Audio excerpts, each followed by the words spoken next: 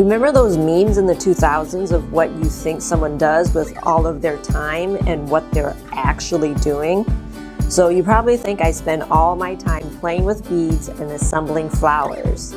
Yes, some of the time.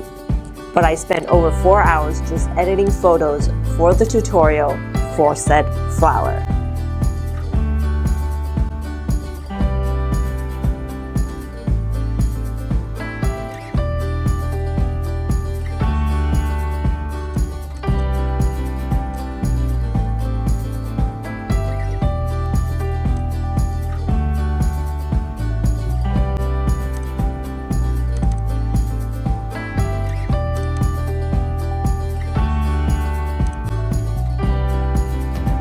"68 pictures.